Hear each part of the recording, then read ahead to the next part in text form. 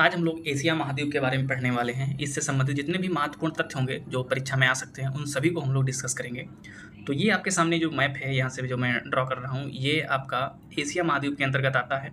और एशिया महाद्वीप विश्व का सबसे बड़ा महाद्वीप है। इसके अंतर्गत आपके 49 देश हैं और साथ में अगर इसके हम क्षेत्रफल की बात करें तो लगभग 4.5 करोड़ वर्ग किलोमीटर, यानी कि 4.5 करोड़ स्क्वायर किलोमीटर इसका क्षेत्रफल है।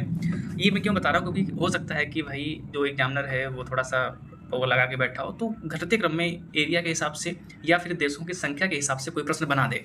आजकल के जो प्रश्न आ रहे हैं तो इसी तरीके से आ रहे हैं, ठीक है। अगर हम इसमें देश की बात करें तो और साथ में ये भी याद रखिए कि इसमें जो विश्व की लगभग 60% जनसंख्या निवास करती है, ठीक है। 60% जो जनसंख्या है विश्व की वो एशिया महाद्वीप में आती है। वहीं पर अगर हम देशों के हिसाब से बात करें, इसमें जो सबसे बड़ा देश आपका है वो आता है रसिया। और रसिया और जो तुर्की अभी हाल ही में चर्चा का विषय बना हुआ है, जो हमारा ऑपरेशन सिंदूर हुआ था, भारत ने पाकिस्तान को धूल चटाने के लिए किया था, उसमें तुर्की ने पाकिस्तान का साथ दिया। इस वजह से जो है तुर्की चर्चा में है, उधर रसिया ने भारत का भाई एकदम दिल खोल के सपोर्ट किया, इसलिए रसिया भी चर्चा में है।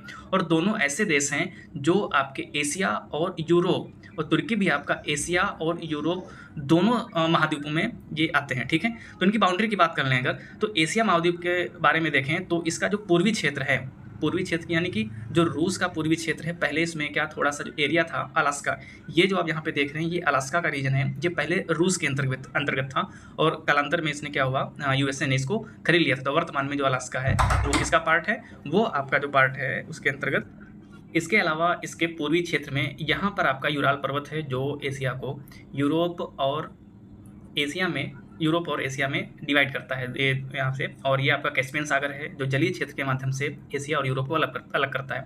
वहीं पर इसको हम जूम करके देखें, ये जो आपका मिस्र में एक नहर है, नील नहर, ये भी आपका एशिया और अफ्रीका को अलग करती है। यहाँ पे अगर देखें थोड़ा सा नीचे आए तो जो यमन और जिबूती दो देश हैं, यमन और जिबूती के बीच में एक जलसंधि पाई जाती है जिसका नाम है बाब अल मंदेब। कई बार परीक्षाओं में पूछी गई है कि यमन और जिबूती के बीच में कौन सी जलसंधि है, बाब अल मंदेब। वहीं पर इसको अगर हम उल्टा करके देखें कि यमन और जिबूती किन दो जलसंधियों को, यानी कि किन दो जलराशियों को जोड़ती है, तो आपका एक तो ये रेड सी है, लाल सागर है, दूसरा आपका अरबियन सी या गल्फ ऑफ एडन की खाड़ी को ये जोड़ती है, ठीक है। इसको आप लोग याद रखिएगा। साथ में अगर हम बात करें, ये भी थोड़ा सा इसके हम उत्तर पूर्व की ओर बढ़ें तो उत्तर पूर्व की ओर देखते हैं, ये आपका गल्फ ऑफ ओमान और पर्सियन गल्फ, इन दोनों के बीच में दो देश हैं। एक तो आपका ईरान है, ईरान, और दूसरा आपका ये कौन सा है, UAE, United Arab of Emirates. इन दोनों के बीच में आपका कौन सी जलसंधि है, इन दोनों के बीच में आपका है हॉर्मुज जल संधि आपका जो है ये किन किन जल राशियों को जोड़ती है उसके बारे में देखें अगर, तो गल्फ ऑफ ये पर्सियन गल्फ और गल्फ ऑफ ओमान के ये जो राशियों को जोड़ती है, साथ में अलग किसको करती है, ईरान और यूएई को अलग करती है।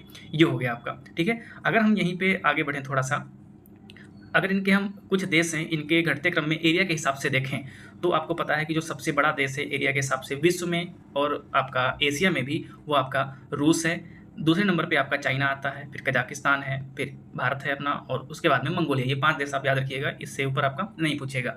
साथ में यहीं पर देखें अगर, एक कॉन्सेप्ट आता है स्थल रुद्ध देश, यानी कि वो ऐसे देश जिनकी सीमा किसी समुद्री सीमा से नहीं मिलती है, उनको स्थल रुद्ध देश कहते हैं। और एक होता है यानी कि डबल लैंडलॉक्ड, यानी कि वो ऐसे देश जो स्थल रुद्ध देशों से घिरे हुए हों। वो कौन कौन से देश हैं यहाँ पे देखेंगे तो एशिया में विश्व का सबसे बड़ा स्थल रुद्ध देश आपका कजाकिस्तान है। वहीं पर एशिया में ही देखें तो एक डबल लैंडलॉक्ड कंट्री भी है, उसका नाम क्या है आपका, उज्बेकिस्तान है। उज्बेकिस्तान ऐसा देश है एशिया में जो डबल लैंडलॉक्ड है, यानी कि ऐसे देशों से घिरा हुआ है जो पहले से ही लैंडलॉक्ड है, ठीक है। इसके बाद में देखें हम कुछ पर्वतों के बारे में यहाँ से देखें अगर, तो एशिया में ही विश्व की सबसे ऊंची जो चोटी है माउंट एवरेस्ट आपका तिब्बत और नेपाल की सीमा पर पाई जाती है, जिसकी जो ऊंचाई आपकी है 8,848.86, ठीक है। ये जो अभी हाल ही में 1-2 साल पहले इसकी ऊंचाई नापी गई थी, ये मीटर है, ठीक है। ये 0.86 बढ़ गई है, तो इसको आप याद रखिए। लेटेस्ट वाला पहले तो 8848 मीटर मिलती है, लेकिन 0.86 ये जो है बढ़ गई है।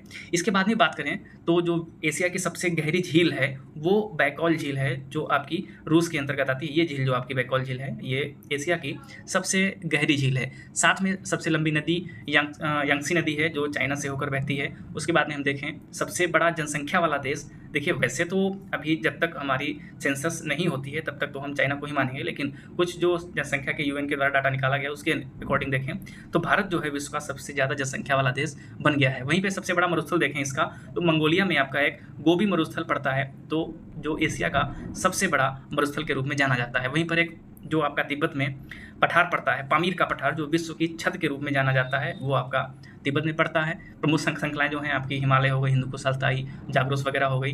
वहीं पे आपकी जो स्थलाकृतियाँ हैं, जैसे साइबेरियाई जो मैदान हो गया आपका, ये वाला क्षेत्र आपका इसके अंतर्गत आता है। वहीं पे आपका गंगा और यमुना का मैदान भारत में पड़ता है।